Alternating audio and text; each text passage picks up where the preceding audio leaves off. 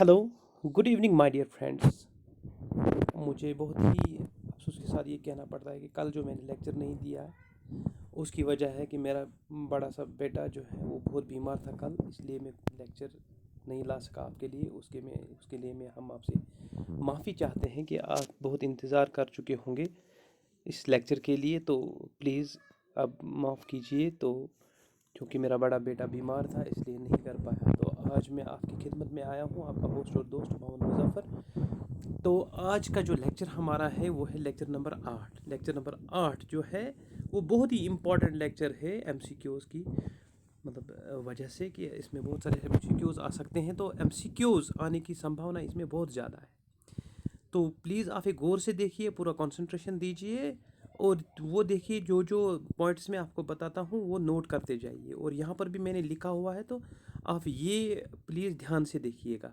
Lecture पर जाने से पहले मैं आपसे एक रिक्वेस्ट करता हूँ कि लेक्चर को ज़्यादा से ज़्यादा लाइक और शेयर सब्सक्राइब करें और दूसरों को भी दावत दें कि ये यूट्यूब चैनल जो है ये आपके लिए जो साइंस सीरीज़ के लेक्चर्स लाया है, इन लेक्चर्स से ही आप ना इस पर कंसंट्रेशन करके एग्ज़ाम्स क्वालिफाई कर सकते हैं। तो चलिए शुरू करते हैं आज का लेक्चर। आज का लेक्चर है हमारा साइंस सीरीज़ का 8वां लेक्चर और एग्ज़ाम्स मेड इजी आपके लिए लाया है साइंस की लेक्चर सीरीज़। तो एग्ज़ाम्स मेड इजी की ही बैनर तले मैं काम करता हूँ, मोहम्मद मुज़फ़्फ़र। चलो ठीक है, आज करते हैं अपना lecture start. Nutrition in human beings. Human beings में न्यूट्रिशन कैसी होती है, चाहे जैसे कि हमने कल पढ़ा था, परसों पढ़ा था हमने एम्यूबा में जो न्यूट्रिशन होती है वहाँ पर होलोजाइक न्यूट्रिशन होती है। ह्यूमन बींग्स में भी होलोजाइक न्यूट्रिशन ही होती है। तो इसमें भी कुछ 5 स्टेप्स होते हैं। इंजेशन, इनटेक ऑफ फूड, उसके बाद डाइजेशन, उसके बाद एब्जॉर्प्शन, फिर एसिमिलेशन और फिर इजेशन होती है। तो यहाँ पर इंजेशन कैसे होती है, जैसे ही ये जो हमारी जो ह्यूमन बींग्स हैं इसके लिए एक अलग से ये जो ऑर्गन्स होते हैं एक सिस्टम बना हुआ होता है, डाइजेस्टिव सिस्टम जिसको हम कहते हैं। इस डाइजेस्टिव सिस्टम को कहते हैं कि ये ट्यूब लाइक स्ट्रक्चर होता है और इसको हम कहते हैं एलिमेंट्री कैनाल। जैसे मैं यहाँ पर आपको दिखाने की कोशिश करूँगा, ये इंसान है और इसके अंदर माउथ से स्टार्ट होती है एलिमेंट्री कैनाल और अनस पे जाके ख़त्म हो जाती है। एक ट्यूब लाइक स्ट्रक्चर होता है, यहाँ से माउथ के अंदर फूड चला जाता है और फूड की प्रोसेसिंग होकर बहुत सारे ऑर्गन्स में से जाकर लास्ट में अंश तक पहुँच जाती है। तो ये ट्यूब लाइक स्ट्रक्चर, इसमें हम पढ़ेंगे कि हर कोई जो ऑर्गन इसमें आता है, कौन कौन सा ऑर्गन आता है। यहाँ पर आप देखें, तो माउथ आता है, राइट। माउथ में ऑरल कैविटी होती है, टंग होती है, टीथ होती है। उसके बाद में होता है हमारा ईसोफेगस यानी फूड पाइप ज्वाइन होती है स्टोमक के साथ, स्टोमक ज्वाइन होता है स्मॉल इंटेस्टाइन के साथ, स्मॉल इंटेस्टाइन ज्वाइन हुआ होता है लार्ज इंटेस्टाइन के साथ, लार्ज इंटेस्टाइन सीधा ज्वाइन होता है रेक्टम के साथ, और रेक्टम के बाद लास्ट में अंश। लेकिन इसके दरमियान फूड का क्या होता है वो जानने की कोशिश करेंगे हम। तो जैसे ही हम देखते हैं कि intake of food means ingestion, ingestion यानी कि अंदर फूड का लेना। जैसे ही माउथ में फूड अंदर चला गया, जैसे मिसाल के तौर पर यहाँ से फूड अंदर चला गया, फूड जैसे ही अंदर चला गया it is received by the mouth. और माउथ में कुछ स्ट्रक्चर्स होते हैं। एक तो माउथ में होता है, माउथ में एक स्ट्रक्चर होता है जिसको हम कहते हैं टीथ। एक स्ट्रक्चर होता है टीथ। टीथ तो आपको पता ही है, टीथ मैशिंग करने के काम, फिजिकल बीटिंग करने के काम में आता है। और इसी के साथ दूसरी वाली चीज़ वो होती है टंग, TONGUE। टंग, जुबान। जुबान, जुबान का काम क्या होता है डाइजेशन में? जुबान का काम होता है इस फूड को टेस्ट करना। इसमें बहुत सारे टेस्ट बर्ड छुपे हुए होते हैं। तो टेस्ट बर्ड्स क्या काम करते हैं, बहुत सारी ये इसको बोलते हैं सेंस ऑर्गन। ये एक सेंस ऑर्गन होता है, सेंसरी ऑर्गन। स्किन भी होता है, टंग भी होता है, ठीक है ना। और हमारे कान भी होते हैं, आंखें भी होती हैं, नोज होती है। These are sensory organs. 5 types of sensory organs. The first one is eye, ear, nose, tongue and skin. तो टंग एक सेंसरी ऑर्गन है। क्यों सेंसरी ऑर्गन है? क्योंकि फूड का टेस्ट यही चेक करती है, ठीक। और दूसरी फंक्शन क्या है इसकी? इसका फंक्शन है फूड को रोल डाउन करना और टीथ उसको देना, ताकि ये टीथ क्या काम करें, ये टीथ करें फिजिकल बीटिंग। और इसी के साथ और एक ग्लैंड इसके साथ एसोसिएट होता है माउथ में, उसको बोलते हैं सिलिवरी ग्लैंड। सिलिवरी ग्लैंड, इस सिलिवरी ग्लैंड में से एक एंजाइम निकलता है जिसको बोलते हैं सिलिवरी एमाइलेज। ये हम पढ़ेंगे। तो यहाँ पर आपने याद रखना है कि माउथ में 3 स्ट्रक्चर्स होते हैं, एक तो टीथ, दूसरा टंग, तीसरा सिलिवरी ग्लैंड। चलते हैं हम टीथ के बारे में पढ़ते हैं। ठीक, टीथ के बारे में हम क्या पढ़ेंगे कि टीथ जो होते हैं ये 2 किस्म के टीथ होते हैं। एक जो बिल्कुल इनबॉर्न होते हैं टीथ, वो फिर बाद में निकल जाते हैं, उनको बोलते हैं milk teeth. Milk teeth total 20 होते हैं मिल्क टीथ। इसके बाद में ये किसी एज में निकलते हैं, 6, 7 या 8 साल की एज में निकलते हैं, 8, 9 इस एज में निकलते हैं। तो फिर आते हैं नए वाले टीथ जो परमानेंट टीथ रहते हैं। वो परमानेंट टीथ जो होते हैं, परमानेंट टीथ जो होते हैं वो होते हैं 32 इन नंबर। कितने होते हैं बेटा? 32। आपको पता है टीथ कहाँ कहाँ पर पाए जाते हैं? एक तो अपर जा में, दूसरा लोअर जा में। अपर जा में 16 और लोअर जा में 16, ठीक है ना। और ये 32 टीथ जो होते हैं, इसकी मतलब इसके अरेंजमेंट की एक फार्मूला होती है जिसको बोलते हैं डेंटल फार्मूला। डेंटल फार्मूला अभी मैं आपको एक डायग्राम से दिखाता हूं कि टीथ के किस्म कैसे होते हैं और कहाँ कहाँ पर लोकेट हुए होते हैं और इनका अरेंजमेंट कैसा हुआ होता है। ये हमारे पास आ गया अब हमारा अपर जा और लोअर जा। यहाँ से स्टार्ट करते हैं सबसे आगे वाले टीथ से। इंसिजर्स, आई से डिनोट किया हुआ है मैंने। इंसिजर्स, आई मीन्स इंसिजर, यानी कि कटिंग बाइटिंग में लगता है। ठीक, कटिंग बाइटिंग में पहले इंसिजर और कैनाइन्स कटिंग में, ठीक है ना। फिर यहाँ से हमारे पास हैं प्रीमोलर्स, पी प्रीमोलर्स, ठीक है ना, पी प्रीमोलर्स। और लास्ट में क्या है? मोलर्स, ठीक है ना। प्री मोलर्स मीन्स जो पहले ही आते हैं। तो जो मोलर्स होते हैं इनको बोलते हैं विजडम टीथ भी। मोलर जो होते हैं विजडम टीथ। यानी कि अब देखते हैं अरेंजमेंट क्या है। अगर यहाँ से हम देखें, ये वाला हमारे 2 है इंसीजर, ठीक है ना, ये 2 इंसीजर। तो इस साइड में 2 और इस साइड में भी 2, तो हो गए 4/4, ठीक है ना, 4/4। यानी अपर जा में 4, लोअर जा में 4 इंसीजर्स, ठीक है ना बेटा। याद रखना ये डेंटल फार्मूला पूछी जा सकती है। 4/4 इंसीजर्स। उसके बाद क्या है बेटा? उसके बाद है हमारा कैनाइन्स। क्या है बेटा? कैनाइन्स। तो यहां पर मैं लिखूं इंसीजर्स 4/4 और उसके बाद कैनाइन्स। कैनाइन्स एक ही है, एक यहां से हो गए 2 डिवाइड बाय, तो लोअर जा में भी कितने? 2, तो 4/4 2/2 आ गए। एंड देन इसके बाद क्या है? प्रीमोलर्स। यहाँ से 2, यहाँ से 2 हो गए 4, फिर से 4। अगर इसमें 4 है तो इसमें भी 4 होंगे, ठीक है ना। अपर जा में 4 होंगे, लोअर जा में 4 होंगे, गो 4/4 हो गई ना। ठीक, लास्ट में क्या रहा? मोलर्स। मोलर्स यहाँ से 3, यहाँ से 3 हो गए 6 डिवाइडेड बाय, यहाँ से भी 6 होंगे। अभी आप देखिए ऊपर में भी 16 आना चाहिए, नीचे में भी 16 आना चाहिए। 4 2 6 6 4 बिल्कुल 10 10 6 16, तो हो गए ये टोटल 32। ऊपर के 16, नीचे के 16। This is called as dental formula. Incisors 4/4, canines 2/2, premolars 4/4 और मोलर जो होते हैं विजडम टीथ वो होते हैं 6/6। तो ये क्या काम करते हैं? इंसिजर्स का काम होता है बाइटिंग, ठीक है ना, बाइट करना। बाइट करना जैसे ये आपने कोई सब्जी ले ली या फ्रूट ले लिया, आप पहले इंसिजर से उसको बाइट करोगे। देन कैनाइन्स और प्रीमोलर्स, प्रीमोलर्स और मोलर्स इसको करते हैं ग्राइंडिंग, कटिंग करते हैं कैनाइन्स, ठीक है ना।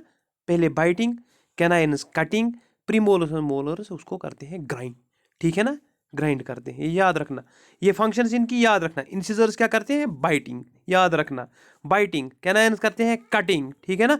प्रीमोलर्स और मोलर्स करते हैं इसकी ग्राइंडिंग, ठीक है ना, ग्राइंडिंग। तो हो गई dental formula. This is called as dental formula, ठीक है ना बेटा, शाबाश। तो अब क्या काम करते हैं हम? अब देखते हैं ये जो टीथ का काम होता है फिजिकल बीटिंग होता है, और फिजिकल बीटिंग के साथ साथ जो रोलिंग ऑफ फूड होती है, यानी कि इस दांत से जो फिजिकल बीटिंग होके नीचे यहाँ आता है, यहाँ से जो बचा हुआ वो दांत के नीचे चला जाता है, वो होती है टंग। टंग जो हमारी है उसकी फंक्शन होती है टंग। टंग की तो पहले फंक्शन होती है टेस्ट करना, और दूसरी होती है रोलिंग ऑफ फूड। क्या होती है? Rolling of food. Rolling of food.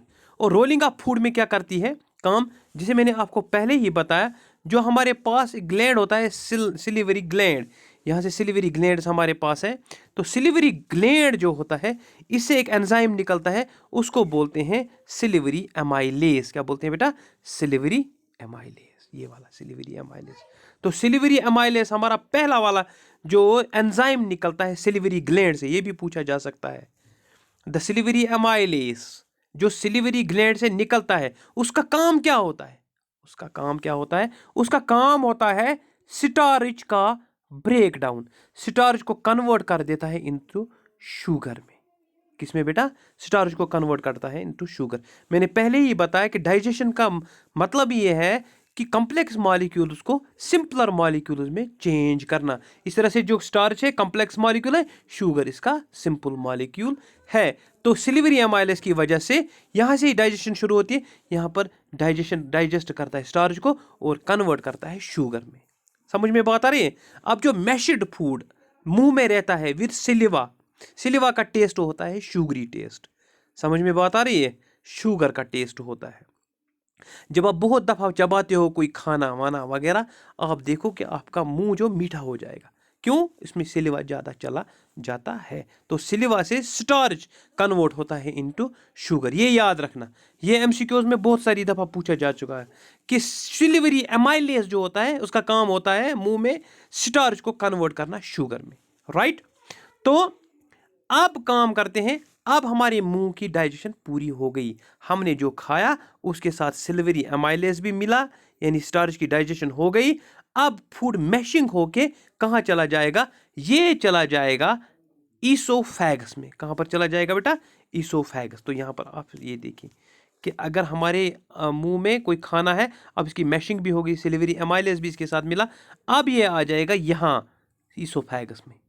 Oesophagus में अब आ जाएगा क्योंकि फूड इसके साथ वेट होता है, क्योंकि इसमें साथ पानी भी मिलता है और वेट हो जाता है और इसकी मैशिंग हो जाती है और ये मैशिड फूड चला जाता है ईसोफेगस में और ईसोफेगस की से थ्रो आता है स्टोमक में। लेकिन ये जो movement of food from oesophagus to stomach, ये कैसे होती है? ये याद रखना। The movement of food in the oesophagus to the stomach, ये होती है एक खास मूवमेंट, उसको बोलते हैं पेरिस्टाल्टिक मूवमेंट। पेरिस्टाल्टिक मूवमेंट क्या बोलते हैं बेटा? Peristaltic movement. पेरिस्टाल्टिक मूवमेंट क्या होती है? असल में ये जो करती है ये इसोफेगस, ये पहले होता है कॉन्ट्रैक्ट, कॉन्ट्रैक्ट फिर होता है relax, relax, contraction and relaxation, contraction and relaxation, that means उसको बोलते हैं पेरिस्टाल्टिक मूवमेंट। यानी कि यहाँ से बंद होना फिर रिलीज होना, बंद होना फिर रिलीज होना, बंद होना फिर रिलीज होना। तो ये चलता है, फूड इसके थ्रू पहुंच जाता है स्टोमक में। याद रहे कहाँ पर पहुंच गया अब आपका फूड? स्टोमक में। और इस फूड में अब देखते हैं स्टोमक में क्या होता है। स्टोमक क्या होता है? एक जे शेप्ड ये होता है, एक ऑर्गन होता है जे शेप्ड, बिल्कुल जे शेप्ड होता है और ये slightly in the left side होता है, slightly into the left side of the human body, बिल्कुल लेफ्ट साइड ह्यूमन बॉडी के। ठीक है ना? इसके ऊपर होता है liver, liver is the largest gland of the body. अब देखते हैं पहले स्टोमक फिर देखते हैं लिवर। तो स्टोमक में क्या होता है? स्टोमक में जैसे ही खाना पहुंच जाता है, स्टोमक में कुछ ग्लैंड्स होते हैं, को बोलते हैं गैस्ट्रिक ग्लैंड्स। क्या बोलते हैं बेटा? Gastric glands, GASTRIC, gastric glands.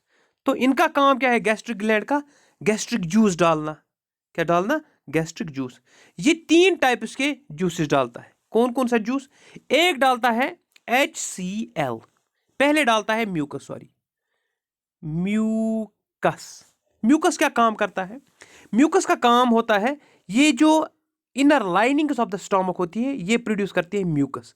Mucus इसलिए प्रोड्यूस करती है कि ये अपनी इनर लाइनिंग जो वॉल होता है, ये इसको म्यूकस ऊपर से लगाता है, इसकी लेमिनेशन कर देता है म्यूकस से, ताकि ये अपने वॉल्स को बचा सके, ताकि ये अपने वॉल्स को बचा सके, यानी कि खुद की प्रोटेक्शन के लिए।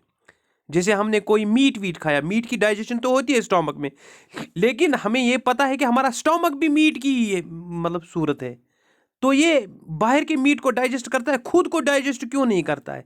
ये इसलिए खुद को डाइजेस्ट नहीं करता है क्योंकि ये म्यूकस इसके डाइजेस्टिव एंजाइम्स को अपने ऊपर नहीं लगने देते हैं। अगर म्यूकस खत्म हो गया तो लगता है कि इस स्टोमक की भी डाइजेशन होगी। बहुत सारे केसेस में आया है अल्सरेशन। अगर इस स्टोमक में कहीं पर कोई होल हो गया होगा या कहीं प्रॉब्लम हो गई, उसको बोलते हैं अल्सरेशन। तो अल्सरेशन से बच जाता है हमें म्यूकस। याद रहे, म्यूकस यानी कि बाहर के मीट को तो ये करेगा डाइजेस्ट, लेकिन अपने वाले मीट में ये म्यूकस लगाकर उसकी लाइनिंग कर देता है, लेमिनेशन कर देता है, और डाइजेस्टिव एंजाइम को वहां पर असर नहीं करने देता है। इस वजह से म्यादा अंदर से बचता है। तो उसके बाद में, म्यूकस के बाद और एक एंजाइम आता है, hydrochloric acid, HCl, hydrochloric acid. Hydrochloric acid क्या काम करता है? हाइड्रोक्लोरिक एसिड एसिडिटी बढ़ा देता है, स्टोमक की एसिडिटी बढ़ा देता है। एसिडिटी क्यों बढ़ा देता है? क्योंकि क्योंकि एसिड, जब एसिडिक मीडियम बनेगा तब एक गैस्ट्रिक और एक एंजाइम प्रोड्यूस करेगा, उसको बोलते हैं पेप्सिन। क्या बोलते हैं बेटा? पेप्सिन। पेप्सिन इसने प्रोड्यूस किया। पेप्सिन का काम होता है प्रोटीन्स को अमाइनो एसिड्स में चेंज करना। प्रोटीन्स को किस में चेंज करना बेटा? Amino acids, A amino acid. तो पेप्सिन का काम है प्रोटीन्स को अमाइनो एसिड्स में चेंज करना, लेकिन तब तक पेप्सिन प्रोटीन्स को अमाइनो एसिड में चेंज नहीं कर सकता जब तक ना मीडियम एसिडिक बन जाए। याद रहे, यानी कि HCl देता है मदद डाइजेशन ऑफ प्रोटीन्स की। पेप्सिन तभी डाइजेशन ऑफ प्रोटीन्स करेगा जब तक ना इसका मीडियम एसिडिक बने। ओके, ठीक है ना? Is it clear now? तो यहां से आपका बनता है क्या बेटा? यानी कि यहां से आपके प्रोटीन डाइजेस्ट होते हैं। मुंह में क्या? स्टार्च डाइजेस्ट होता है, यहां से प्रोटीन डाइजेस्ट होते हैं। HCl का काम भी आपको समझ में आ गया और म्यूकस का भी काम आपको समझ में आ गया। नाउ अब ये फूड चला जाता है कहां की तरफ? ये चला जाता है स्मॉल इंटेस्टाइन्स की तरफ। लेकिन स्मॉल इंटेस्टाइन्स में और एक इसमें मिलता है जूस। ठीक, क्या क्या? एक तो मिलता है इंटेस्टाइनल जूस, यानी जो पैनक्रियाज से आता है, उसको बोलते हैं ट्रिप्सिन। क्या बोलते हैं बेटा? ट्रिप्सिन। ट्रिप्सिन, ठीक। और आता है बाइल। बाइल आता है लिवर से। बाइल जूस कहां से आता है बेटा? लीवर से। तो लीवर जो होता है, लीवर से लीवर बनाता है बाइल, यानी कि लीवर की फंक्शन जो होती है, उसकी फंक्शन होती है बाइल प्रोडक्शन। जैसे ही बाइल बनता है, it get stored into gall bladder. और स्टोर कहां पर होता है?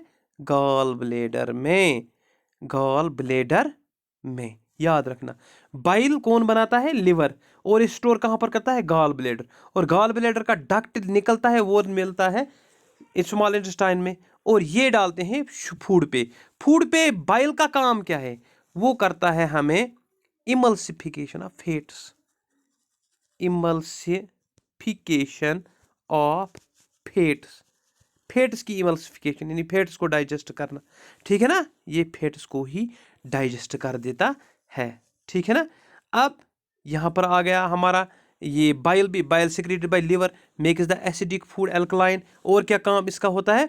ये जो हमारा म्यादे में बना हुआ था HCl की वजह से एसिडिक मीडियम, वो एल्कलाइन फिर से बन जाता है स्मॉल इंटेस्टाइन में बाइल की वजह से। दो चीजें बाइल की होती है, एक तो फैट्स को कन्वर्ट करना, एक तो फैट्स को कन्वर्ट करना किसमें? फैटी एसिड्स में। और जो एसिडिक मीडियम होता है, एसिडिक मीडियम, उसको बनाता है एल्कलाइन। एल्कलाइन। दो चीजें होती है किसकी? बाइल जूस की। ठीक है ना? इसके बाद काम करते हैं कि enzymes act only easily the process of break down of large fat globules into small globules which increase the efficiency of the pancreatic enzyme is called a pancreas या secrete pancreatic juice which contains enzyme trypsin to break down of the और digesting proteins। तो ये हो गई bile की emulsification of fats. लेकिन अब pancreas से पैनक्रियाटिक जूस निकलता है, उसमें से निकलता है ट्रिप्सिन। पैनक्रियाटिक जूस से ट्रिप्सिन। और निकलता है लाइपेज। क्या निकलता है? लाइपेज। ट्रिप्सिन का काम होता है प्रोटीन्स को डाइजेस्ट करना। फिर से ट्रिप्सिन का काम होता है, तो पेप्सिन ने ऑलरेडी प्रोटीन्स को डाइजेस्ट किया हुआ है, बचे खुचे प्रोटीन को कौन डाइजेस्ट करेगा? ट्रिप्सिन। और निकलता है लाइपेज। लाइपेज का काम होता है फिर से फैट्स को इमल्सिफाई करना, फैट्स की डाइजेशन करना। तो याद रहे, पहला वाला कौन सा एंजाइम था बेटा? पहला वाला था सिलिवरी, जो मुंह से निकला, सिलिवरी एमाइलेस। याद रखना, सिलिवरी एमाइलेस। दूसरा क्या निकला हमारे पास? HCl, mucus. और तीसरा पेप्सिन। और फिर बाइल और फिर ट्रिप्सिन और लाइपेस। तो यहां पर आपने सब एंजाइम्स की क्या रखनी है, याद फंक्शन। सिल्वरी अमाइलेस क्या काम करता है, स्टार्च को डाइजेस्ट करता है इनटू शुगर, ठीक। HCl एसिडिक मीडियम बनाता है, और ये पेप्सिन को मदद देता है प्रोटीन्स की डाइजेशन करने के लिए। म्यूकस मैदे को बचा देता है इनर लाइनिंग को, ठीक, डाइजेस्ट होने से। बाइल क्या काम करता है, एसिडिक मीडियम को अल्कलाइन बनाता है और इमल्सिफिकेशन ऑफ फैट्स करता है।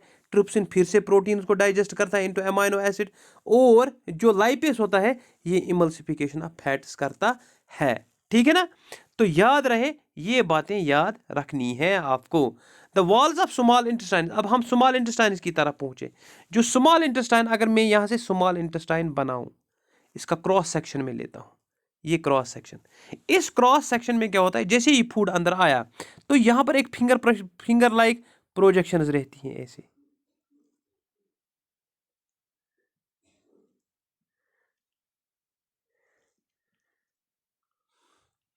ये फिंगर लाइक प्रोजेक्शन तो यहां से भी होंगी, ये फिंगर लाइक प्रोजेक्शन यहां से भी ऐसे ऐसे होंगी, ये फिंगर लाइक प्रोजेक्शन। ये फिंगर लाइक प्रोजेक्शन 1 2, यहां से भी फिंगर लाइक प्रोजेक्शन, यहां से भी फिंगर लाइक प्रोजेक्शन। फूड यहां से इंटर होता है, फूड यहां से इंटर होता है। थोड़ा अगर मिसाल के तौर पर मैं मानूं, यहां पर ये आउटर वॉल ऑफ इंटेस्टाइन है, यहां से भी आउटर वॉल, तो यहां से जो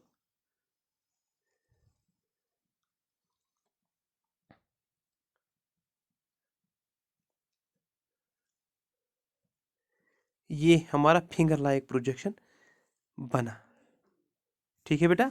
तो यहां से भी एक फिंगर लाइक प्रोजेक्शन ही बनेगी, लाइक दिस।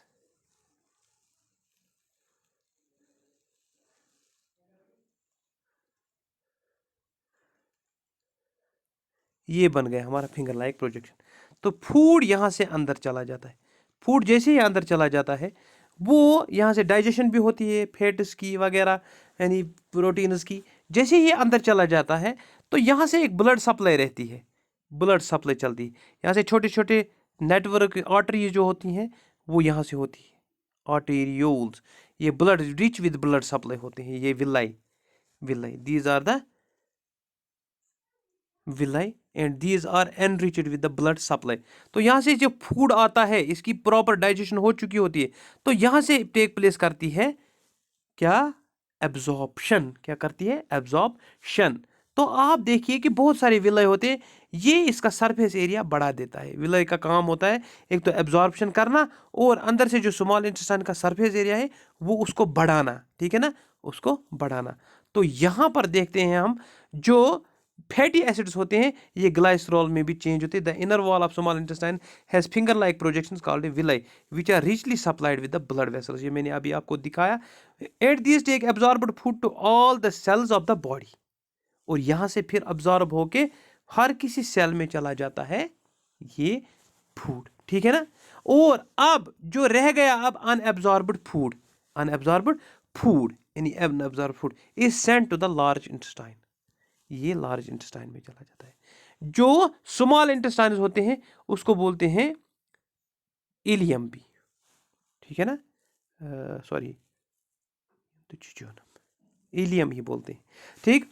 तो अब ये जो अनडाइजेस्टेड फूड होता है ये चला जाता है हमारा किस में, ये चला जाता है बिल्कुल दिस लार्ज इंटेस्टाइन में। Wire more will I absorb water, और यहां से भी वाटर की एब्जॉर्ब, असल में फूड की एब्जॉर्प्शन होती है स्मॉल इंटेस्टाइन में, लेकिन लार्ज इंटेस्टाइन में जो अनडाइजेस्टेड फूड मटेरियल होता है वहां से और एब्जॉर्प्शन होती है वाटर की, वाटर की। अगर ज्यादा वाटर मतलब निकल गया फूड से, यानी कि फूड में अब कोई वाटर नहीं रहा, तो उससे क्या होता है, इंसान जो फीकल मैटर बनाता है वो बाहर नहीं निकलता है, क्योंकि फीकल मैटर को चाहिए कि उसमें थोड़ा सा वाटर रहे ताकि वो आसानी से बाहर निकले। लेकिन अगर इसमें वाटर नहीं होगा, वो बिल्कुल ड्राई हो चुका होगा, तो कॉन्स्टिपेशन हो सकती है, ठीक है ना। तो कॉन्स्टिपेशन हो सकती है। तो यहां से जो वाटर की एब्जॉर्प्शन होती है लार्ज इंटेस्टाइन्स में होती है, और अनडाइजेस्टेड फूड में थोड़ा सा वाटर रहने के बाद ये चला जाता है रेक्टम की तरफ, और रेक्टम से वहां पर स्टोर होता है और फिर एनस से बाहर चला जाता है by sphincter muscles. Sphincter muscles को कॉन्ट्रैक्ट रिलैक्स करके अनस से बाहर निकाल देते हैं, उसको बोलते हैं हम इजेशन। क्या बोलते हैं बेटा? इजेशन। तो ये हमारे पास क्या आ गया? अब हमारे पास आ गया, यानी कि सब यहां से हम देखते हैं, एक तो डेंटल फार्मूला आपको याद रखनी है, दूसरा एंजाइम्स का आपने याद रखना है किसकी कौन एक्शन है। उसमें हमने देखा कि सलिवरी एमाइलस सलिवरी ग्लैंड से निकलता है, उसका काम होता है स्टार्च को डाइजेस्ट करना। उसके बाद में हम स्टमक में पहुंचे, स्टमक में कैसे पहुंचे, यानी इसोफेगस ने बाय पेरिस्टाल्टिक मूवमेंट फूड को आगे भेजा और स्टमक में भेज दिया, और स्टमक में इस ये फूड मेट करता है 3 टाइप्स के एंजाइम से, एक तो म्यूकस, दूसरा HCl, तीसरा पेप्सिन। पेप्सिन का काम होता है प्रोटीन्स को डाइजेस्ट करना, तब तक वो प्रोटीन्स को डाइजेस्ट नहीं कर सकता जब तक ना एसिडिक मीडियम बने। एसिडिक मीडियम बनता है हाइड्रोक्लोरिक एसिड से, और हाइड्रोक्लोरिक एसिड मैदे को तकलीफ पहुंचा सकता है, लेकिन वो अपने आप को बचाता है बाय सिक्रेटिंग म्यूकस से, अपनी लेमिनेशन करना अंदर से। ठीक है ना, तो ये याद रहना चाहिए। फिर लीवर का एक ग्लैंड, लीवर जो ग्लैंड है largest gland of the body, वो बनाता है बाइल और स्टोर करता है किसमें? बाइल, इसमें गॉल ब्लेडर में। और गॉल ब्लेडर का जो डक्ट होता है वो स्मॉल इंटेस्टाइन में खुल जाता है, और वहां से बाइल निकलता है, एसिडिक मीडियम को अल्कलाइन बनाना और इमल्सिफिकेशन ऑफ फैट्स करना, यानी कि फैटी एसिड और ग्लाइसरॉल में फैट्स को चेंज करना। और निकलता है पेनक्रियास में से एक तो लाइपेस और ट्रिप्सिन। ट्रिप्सिन का काम होता है फिर से प्रोटीन्स को डाइजेस्ट करना, और लाइपेस का काम होता है फिर से क्या करना? फैटी एसिड्स को शाबाश कन्वर्ट इनटू ग्लाइसरॉल।